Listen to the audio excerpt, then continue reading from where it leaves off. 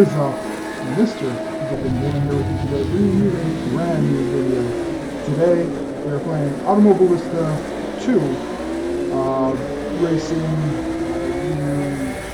German Group A cars.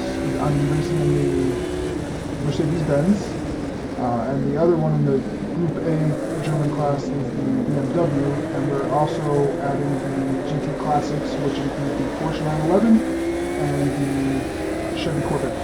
So we're also racing at the historic Bathurst, the 1983 version of Bathurst, which comes included in the game. Fantastic combo. I freaking love how this game feels. I love everything about this combo right here. So this video isn't about the racing or anything like that. You're going to see I make quite a few mistakes. This was more of a video just in the background so I can talk about my experience with Moza and my experience with pretty much everything on this. Pretty much my experience getting my wheel and how it feels and everything like that. It's not going to be a super in-depth review. If you want one of those, I highly recommend watching one of the main sim racing channels. They'll go into a lot more detail than I am. I'm just going to tell you my experience with it. So let's just jump right into it. We'll start off with the Moza R9 wheelbase. I'm coming from a long line of Logitechs. I have the Logitech G25, and I had most recently I had the Logitech G29. So those are, if you know anything about these wheels, they're gear style wheels, and you can feel the gears when they're turning the wheel and anything like that. So it gives you more of a mechanical feel. Not the greatest now that I look at what I have now. It was great for the time because I didn't know any better, but upgrading to the R9 is definitely night and day. This thing is freaking amazing. It lets me feel every single bump in the road. Not only that, but I've noticed it has made me quicker. I have noticed that I can feel the car slipping out from underneath me now, and I know how much I need to correct so I don't freaking destroy the vehicle and end up in the wall. As opposed with the G29 and the G25 that I had, it was very hard to determine how much of correction to actually make. And most of the times I would make an overcorrection, I'd still end up in the wall, just the opposite wall of where I was heading. So the force feedback alone in this direct drive wheel has already made me a better driver. It's absolutely fantastic, and I definitely should have switched to the direct drive wheel sooner. Now, I'm not going to really touch and go into detail on everything. Just know that it has made me a better driver switching over from G29 to a direct drive wheel, but I believe that if you get any sort of direct drive wheel, it will make you a better racer. Let's move on to the wheels. So in the video you saw that I have the ES steering wheel and the KS steering wheel. The ES that you see in the video here, a bunch of buttons, I think like, I have no idea how many buttons off the top of my head, but very similar to the Logitech G29 wheel with the buttons, the D-pad, everything that you need is there, right? So I know in my unboxing video I said that the ES wheel had the magnetic shifters. It doesn't. It's just the regular, I don't even know what it's called, but it has that little clicky sound that you hear. Still a great wheel, very small form factor. I wish it was a little bit larger because I mostly got this wheel just to do some like oval racing, historic racing, and dirt off-road, real course racing and stuff like that. That's the main purpose of the ES wheel that I wanted. I wanted to get the more expensive one, but I was like, you know what, I'm going to hold off, I'll get that at a later time. Oh, and it's also pretty damn good for American Trucking Simulator, which I've been playing a buttload of. As far as the other wheel that I have, the KS steering wheel, that thing is absolutely amazing. I love the fact that it's got a quick release system, so If I'm done racing a historic car and I want to race some GT4s, it's just easy, quick release, switch it over to KS Will, and then boom, I'm right into iRacing, racing my GT4 series that you've been seeing on YouTube. Super easy to do. I absolutely love it. So the jump in quality between the two, the buttons are so much more, it feels more expensive than the ES wheel. There's a lot more features, toggle switches and stuff like that. Absolutely amazing wheel. I highly recommend getting that with the R9 bundle. You'll save a fortune.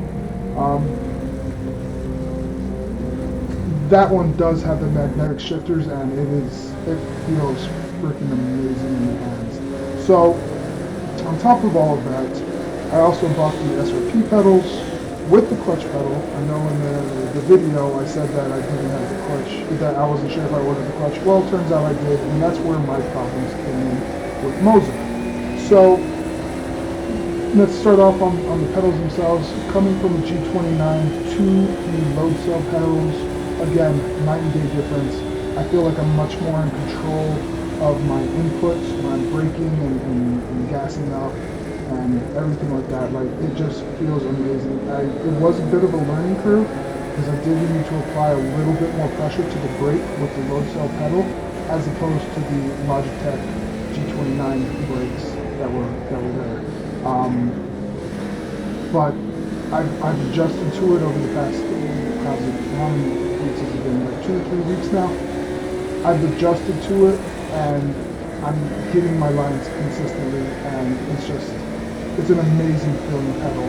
And kind of not a really direct result of the wheelbase, but with my racing stand that you see in the video, with the amount of force feedback that I get, it shakes my whole racing stand. So it's kind of like a poor man's version of a butt kicker, and I can feel that in my feet when I'm braking and hitting a rumble strip and everything like that. So it's actually a pretty nice feeling having something like this racing stand that I have, because it still gives me that sensation in the feet to kind of tell me what my whole car is doing.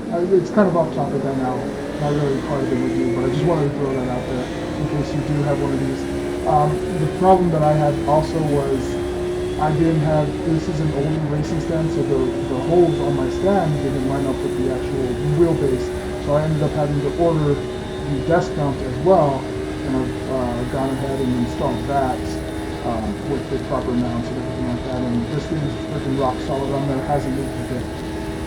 So let's get into the part of the video where I did have really big issues, and that was the shipping.